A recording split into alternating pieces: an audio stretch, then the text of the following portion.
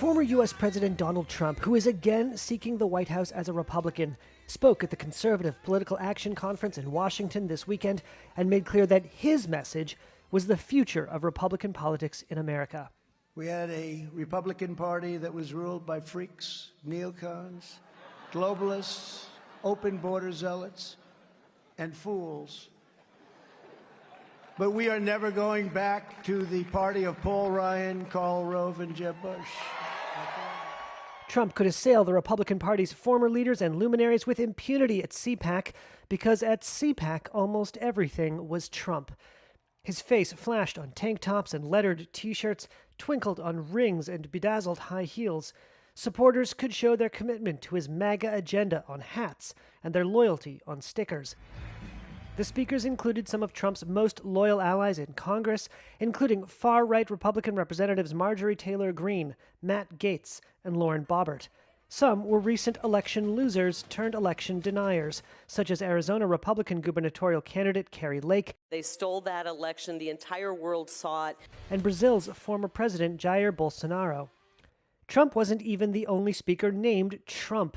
We need a president that is not owned by other people. There was his son, Donald Trump Jr., and his daughter-in-law, Laura Trump.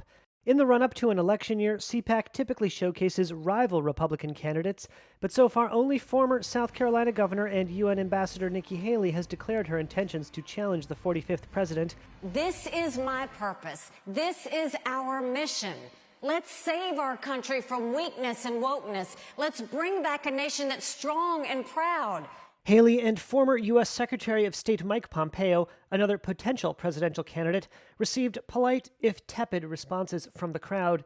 Haley was met with chants of Trump in the hallway outside the ballroom where she gave her speech. CPAC once was the premier gathering of the party's Republicans in Washington. It was skipped this year by most Republican members of Congress and the nation's Republican governors. Many speakers spoke to a half-empty ballroom, and attendance overall seemed noticeably lower than in years past. And you're going to have World War III, by the way. You're going to have World War III. If something doesn't happen fast, you're going to have World War III. Trump, in his remarks closing the event Saturday night, offered a dark vision of decay and violence if he wasn't reelected in 2024.